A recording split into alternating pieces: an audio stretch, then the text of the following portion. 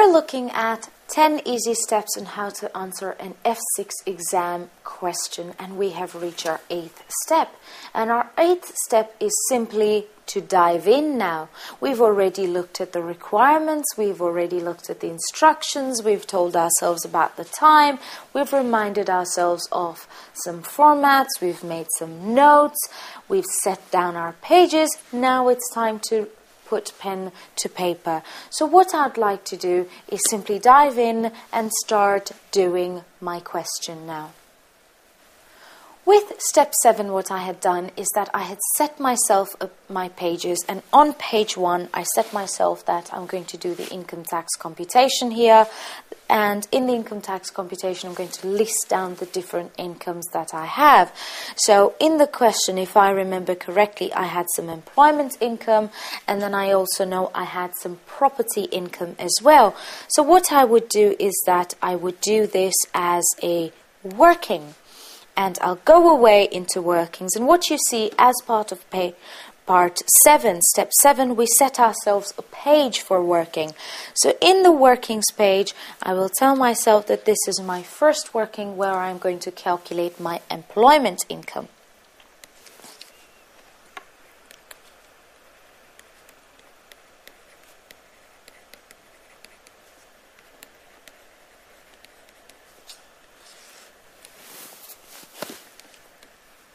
I'm hoping that you have the question in front of you so that you can see what numbers I'm picking up in order to answer this question and get Peter's employment income. In the question, we were told that Peter had a salary of 85,600.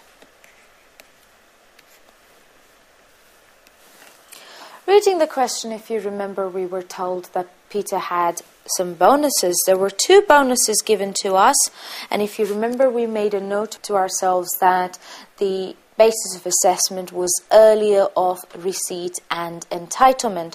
So what I'm going to do is that I'm going to communicate to the marker that I know what is being tested of me and I do have this knowledge. And in order to do that, I would simply write down exactly what is going on in my mind. So the first bonus we have, which was for 14,300. And we want the earlier of the date that he received the bonus and the date that he became entitled to the bonus.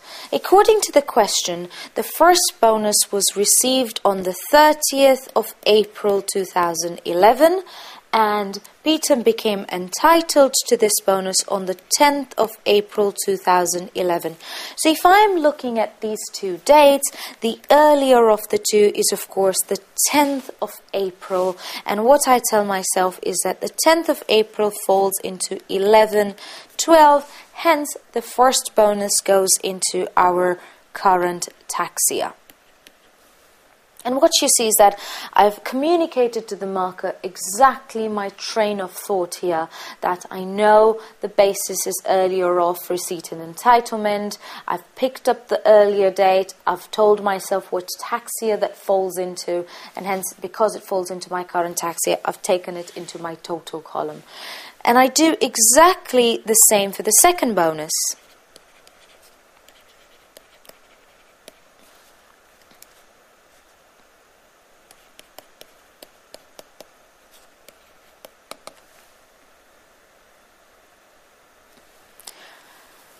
We were told that the second bonus was received on the 10th of April 2012, and Peter became entitled to the bonus, the second bonus, on the 25th of March 2012. Again, what I'm going to do is I'm going to communicate to the marker that the earlier of these 2 dates is the 25th of March 2012, and that falls into tax year 11, 12, our current tax year. Therefore, we're going to take the bonus of 13,600 into our total as well. So what we have shown is that, yes, there were two bonuses. Both the bonuses fell within the current tax year. The next item I had in the question was the car benefit.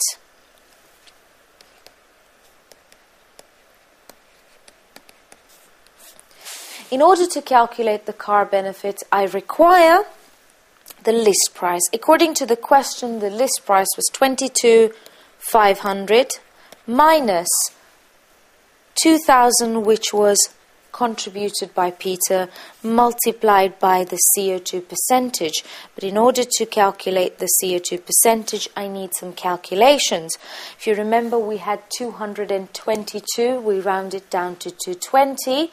So 220 minus 125 divided by 5 gives me a total of 19.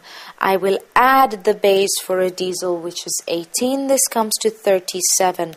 However, the maximum that is allowed is 35%. If you remember, we made these notes. Now that we've already made the notes, it's simply putting it down in a neater way. We take this percentage of 35% and plug it into the formula that we have. If I put this into the calculator, I get something like 7175. We were also told we had some fuel benefit.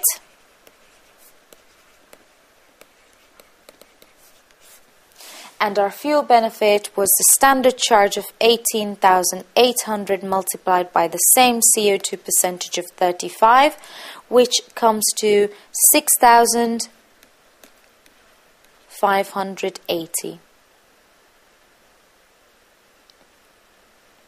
In the question, we were also told that Peter had a house that was given to him. Now what you see is that I've actually reached to the end of a page. What I can do is I can simply continue on the next page. So on the next page, this is my page 3 if you like. These are workings. Continued. Question Peter Sheik. So I'm going to calculate the house benefit for Peter now. The annual value or the annual rateable value given to us in the question was 9,100. To that, I need to add the expensive house accommodation.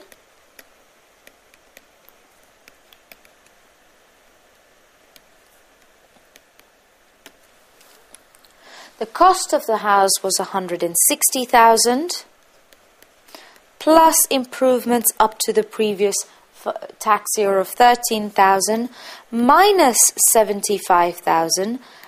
All this multiplied by 4%. And this comes to 3,920. If I add them up, the total house benefit we have is 13,020. So what you see is that I am communicating to the marker how I've got these numbers. Yes, fair enough, we had already got these numbers as part of our notes. But remember, those notes were made in your question paper. Now you are presenting them in a nice way on the answer sheet now. The next item in the question was something to do with mobile phones. We were told there were 2 mobile phones given, and we know that one mobile phone is a tax-free benefit, whereas the second mobile phone falls under the use of asset benefit. So we will communicate that to the marker. One mobile phone is exempt. And the second one comes under the use benefit, market value, which was 250, multiplied by 20%, which comes to 50 as the use of the asset benefit.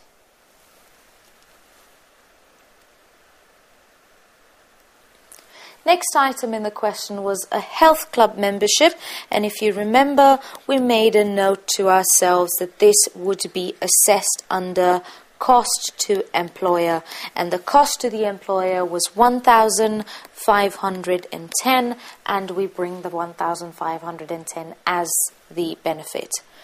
We were then told there was a daily allowance, there was a daily overseas allowance, and the daily overseas allowance given to Peter was £10. So we know that up to £10 is exempt. So we'll make a note here, up to £10 per night is exempt. Therefore, nil benefit. So that brings me to the end of all the benefits that I had. I will add them up, and what I see is that the total employment income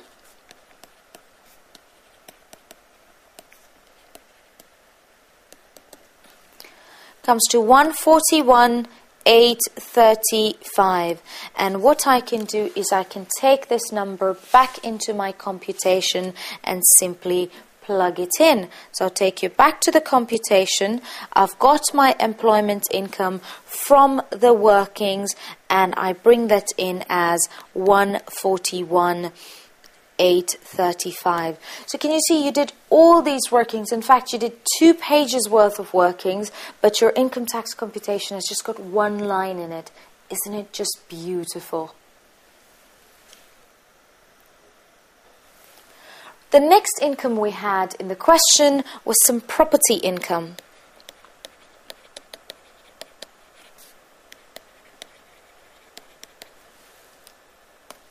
And again, I'll point the marker to go into working. So going back to my workings, what I see is that I've completed my employment income, which is part of my working 1. Now I'm going to start my second working, which has got to do with property income. Now, the examiner tends to give you information in paragraphs. He gives you information about one property and then about the second property. There are 2 things you can do. Either you can calculate the profit on each property at a time, or you can do the rent on each property and then the expenses on both property. Now, what I find is that if the examiner has given me information per property, I think it would be a lot more easier for me to deal with one paragraph, look at the rent, look at the expenses, get my profit over and done with that paragraph.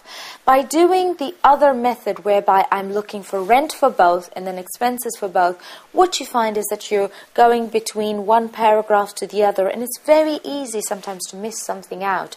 So if you want to follow a method whereby you want to look at rent for both and then expenses for both, and if it works for you, well and good. I am going to be following exactly what the examiner has given me. He has given me information per property. I'm going to find the income per property. So I start with the property 1, and remember this was a furnished property. Rent due. The property was let out from the 6th of April 2011 up until the 31st of August 2011. That makes it 5 months. 500 rent multiplied by 5 comes to rent due of 2,500. However, I was told that there was some irrecoverable debt,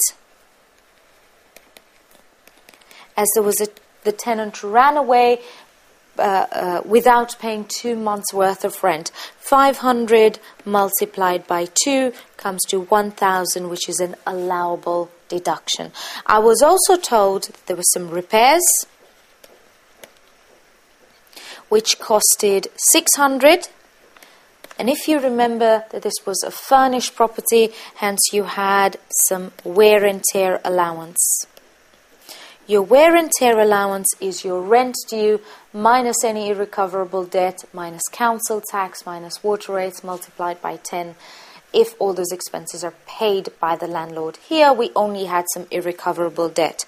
So the calculation of wear and tear will be the rent minus the irrecoverable debt multiplied by 10%, which comes to 150.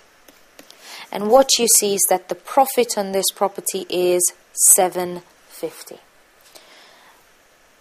I go on to the next page, and what you see is that I finished one page, so I will just continue.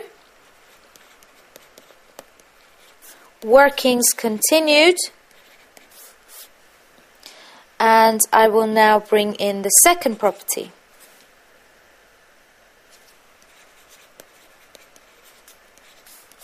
Now do exactly what I did for property 1. List down the rent due as well as the expenses.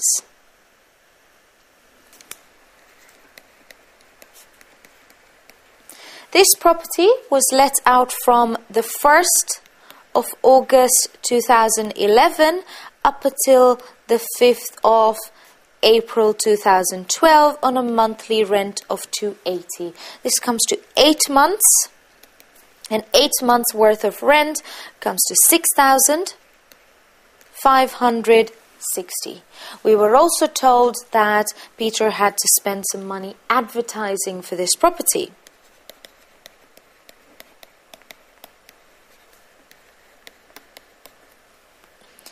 Peter spent 875 on the advertisement, and we were also told that for the tax year he spent some loan interest, which is an allowable deduction for rental income for individuals. And what we see is that we've got a total of 3,885 as the profit on this property. However, we're not done with the property income. There was one point that we had was about insurance, and what we were told in the question was that there was one set of insurance premiums that was paid for both the properties, but those insurance premiums were not going hand in hand with our tax year, so we have some time apportioning.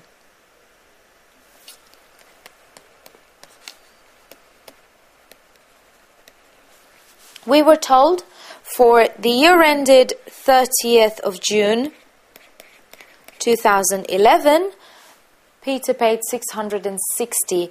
Now, 30th of June 2011, so this means in the current tax year I had April, May and June. That comes to 3 months.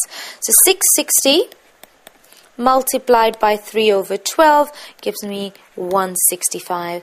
For the year ended 30th of June 2012, which comes to 9 months of this current tax year, we were told there was 1,080 that was paid. So that comes to a total of 810.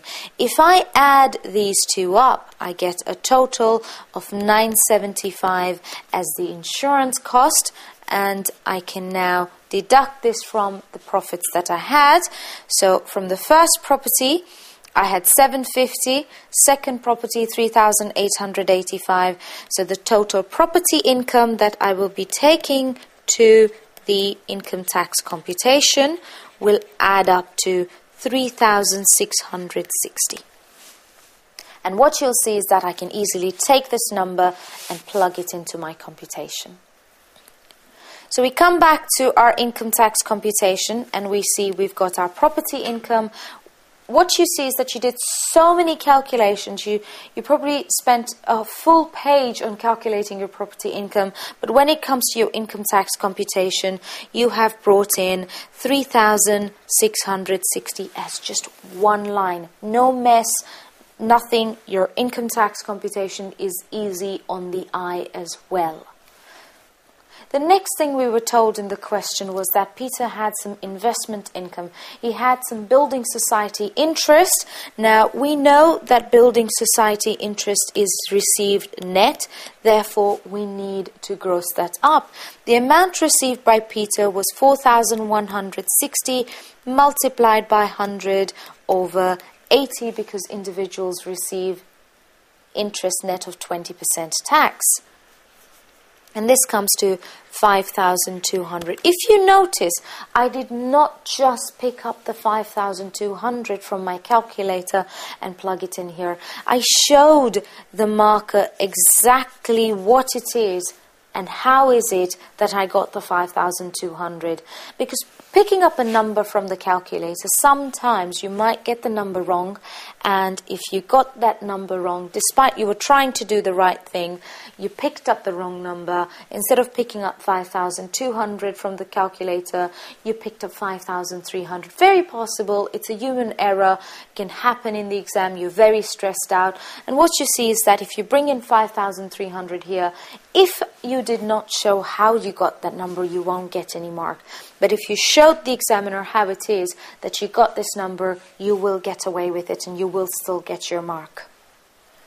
The next item in the question, we were told, was that Peter received some dividends, and we know that individual received dividends net of 10% notional tax. And the dividends received by Peter was 4,220 multiplied by 100 over 90, which comes to 4,800. We were also told that Peter had some premium bonds, and we know that premium bonds is tax-free, therefore we are going to write nil next to that. The examiner will always bring in some tax-free income to try and poke you to put that amount into your income tax computation. But you're going to rise above that and say, right, I know it's tax-free, so I'm not going to put that in. And this gives us our total income, which adds up to 155,495. Now, what you see is that with this step, I've shown you how you're going to dive in and how you're going to go and set down everything and do your answer now. So I'm not going to continue the question because I'll leave that for you to do at the luxury of your home. But what I'd like to see is that I'm hoping that we've managed to get a little bit of understanding as to how we go about answering the question. To summarize our 8th step, what we saw is that because of our previous steps, what we had was that we saw instructions, we had our formats, we made some notes, we set out the pages for ourselves. Once we have done all of that, what we find is that it becomes very easy to put pen to paper because you've already got your notes. Now what you're doing is that you're just putting them in a nice, presentable manner.